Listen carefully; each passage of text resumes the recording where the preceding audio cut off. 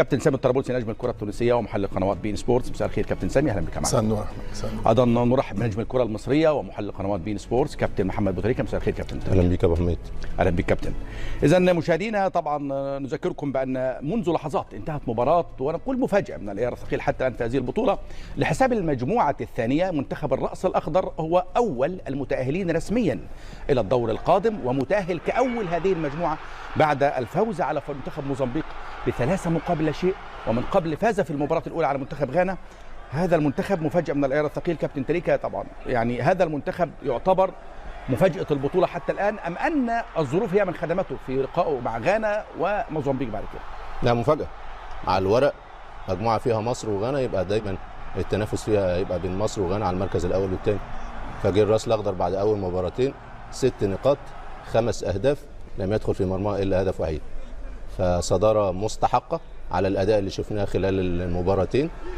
تسديدات مميزة، أهداف حلوة. قلت لك الفريق ده أحمد، المنتخب ده جايب 5 أهداف في أول مباراتين. فأعتقد 6 نقاط ومن أحد المفاجآت الكبيرة. ويخش بقى الصراع على المركز الثاني بين مصر وغانا. وأتمنى إن شاء الله أن الفريق المصري منتخبنا يتدارك الأخطاء بسرعة، وعنده مباراة مهمة جدا قدام الراس الأخضر. فأتمنى إن احنا ناخد ال3 نقاط ونكسب ونخش الثاني المجموعة، لأن كان على الورق زي ما قلت لك الصراع دايما هيبقى بين مصر وغانا، انما جت الراس الاخضر وعملت المفاجاه في اول مباراتين و6 نقاط. الراس الاخضر كسرت كل القواعد في هذه المجموعه بالفعل. مباراتها امام المنتخب المصري لن تكون سهله على فكره. هو ممكن يريح بعض اللاعبين وممكن يشوف بقى اللعيبه اللي عندها انذارات، انما هو عمل المفاجاه. واول مجموعه خلاص. اول مجموعه قلت لك مباراتين 6 نقاط 5 اهداف، لم يدخل في المرمى الا هدف وحيد. فاعتقد ان احنا مصيرنا بايدينا. فاتمنى ان احنا ان شاء الله نتدارك الاخطاء ونكمل المباراه الاخيره وان شاء الله ونكسب ونعدي مركز ثاني ان شاء الله. كابتن سامي، بطوله المفاجات حتى الان ايضا يعني هناك بعض المنتخبات يعني تؤدي بشكل جيد. المنتخبات مش عاوز اقول كلمه المنتخبات الصغيره، خلاص مفيش منتخبات صغيره في افريقيا. اصبحت الكره الافريقيه في تقارب كبير في المستوى. منتخبات عريقه الان مستوى بيقل، ومنتخبات نقول من الصف الثاني تصعد الى الامام. ما سبب هذا التطور في كره القدم الافريقيه في كلمه سريعه؟ هو حسب رأيي ثم بعض المنتخبات العريقة معناتها كما نشوفوا توا غانا، نشوفوا الكاميرون، هذه المنتخبات معناتها تمر بفترة سيئة. معناتها الأجيال اللي موجودة في الفترة الحالية ماهيش الأجيال المميزة معناتها اللي خلات المنتخبات هذه تفقد الكثير من الفاعلية، الكثير من الجودة نتاع اللاعبين، الأداء الجيد، النتائج الجيدة حسب رأيي. مع تقدم المنتخبات خصوصا الأنجلوفون. هذا كي نشوفوا احنا ناميبيا، نشوفوا المنتخب توا الراس الاخضر. المنتخبات هذه قاعده تشتغل على مستوى الفئات السنيه في شغل معناتها مميز جدا. معناتها تواجدهم في البطولات، في كؤوس العالم، في افريقيا، حصولهم على الالقاب معناتها منتخبات اللي صغيره بين ظفرين، لكن على المستوى الفئات السنيه قاعدين يشتغلوا معناتها في شغل مميز، وقاعدين اليوم يجنيوا معناتها في الثمار نتاع الشغل نتاعهم. حسب رايي ماهيش صدفه. اوكي معناتها على الورق دائما ثم منتخبات نظرا للتاريخ نتاعها، لكن كره القدم ماهيش لعبه نتاع ورق ولا نتاع تكهنات. اكيد معناتها حقيقه الملعب اظهرت اللي كونه اليوم معناتها المنتخب راس الاخضر هو الافضل للحين في المجموعه هذه. بالفعل كابتن سامي، اذا بالفعل مفاجاه كما قال محمد بوتريكا وسامي الطرابلسي، وبالفعل منتخب يستحق كل التحيه والتقدير على ما حققه وما يقدمه الان، وضمن رسميا تاهله كاول المجموعه الثانيه.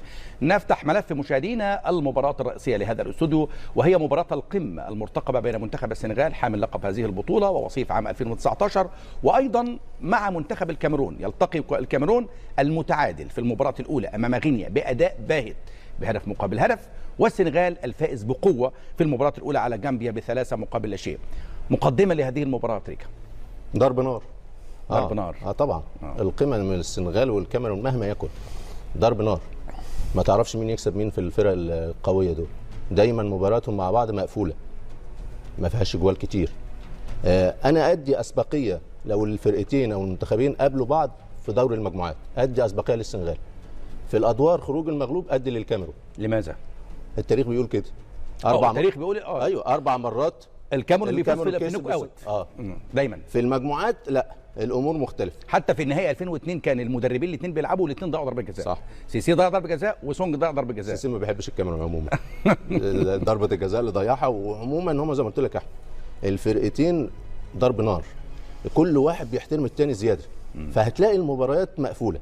ممكن ظروف السنغال افضل نوعا ما، فايز في المباراه الاولى وفي استقرار عكس الكاميرون دراما افريقيا، دراما مشاكل قبل البطولات ولاعيبه تتاخر ولاعيبه تقول زعلانه وبتاع. انما لا، السنغال لا، سيسي مسيطر، عنده نجوم بس مسيطر وحامل اللقب، وبدايته الاولى تقول لنا ان هو بقى اقوى من البطوله السابقه بسبب اكتساب الخبرات اللي حققوها من البطولتين الماضيتين، واحتفاظه بالقوام الاساسي اللي فات بالبطوله، مع نجم المباراه الاولى كابتن سامي، لعيب ما كانش موجود في السكواد البطوله السابقه، لامين كامارا صح، سجل هدفين.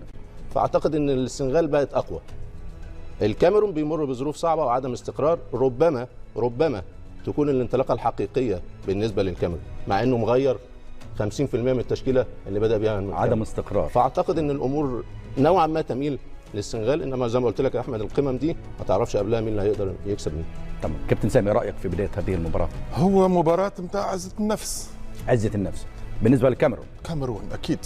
واثبات الذات بالنسبه للسنغال. المنتخبات هذه معناتها ثم تحدي معناتها بين اللعيبه وبين النجوم اللي موجودين وبين التاريخ نتاع الانديه هذه والمنتخبات هذه.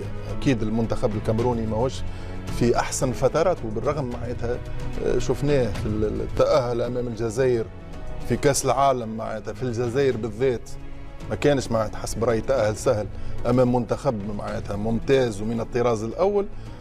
كذلك حتى في كاس العالم نتائجه ما كانتش سيئه، كان بين قاب وقوسين كان ينجم يتاهل، فاز على البرازيل، تعادل 3-3 اظن مع صربيا، وانهزم مع سويسرا. معناتها الاداء نتاعهم بالرغم من كونه الكاميرون ثم جيل سيء.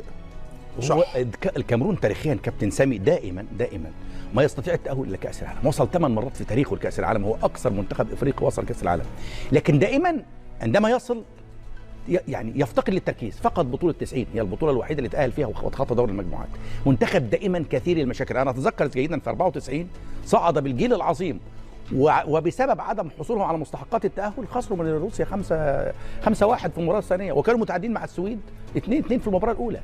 فهو منتخب دائما مزاجي، دائما في مشاكل، دائما مش حكايه مزاجي، لكن دايما ثم ضغط داخل المجموعه معناتها. ممكن حتى الفتره هذه معناتها المشكله الاونانا، مشكله زاد كذلك في فتره كاس العالم مع اونانا وتم طرد الحارس هذايا. معناتها دائما الكاميرون معناتها فيها شخصيات قويه على مستوى اللاعبين، كذلك حتى على مستوى في بعض الاحيان على مستوى المدربين، دائما ثم احتكاك سيء اللي ياثر على نتائج الكاميرون، لكن دائما يبقى من المنتخبات العريقه، المنتخبات الكبيره معناتها في القاره. تمام. واكيد اليوم معناتها ثم شرف معناتها ماهيش باش تكون فسحه للسنغال ممكن كما المباراه الاولى، نتوقع لكونه باش تكون ثم مباراه قويه خصوصا على المستوى البدني، مستوى الثنائيات.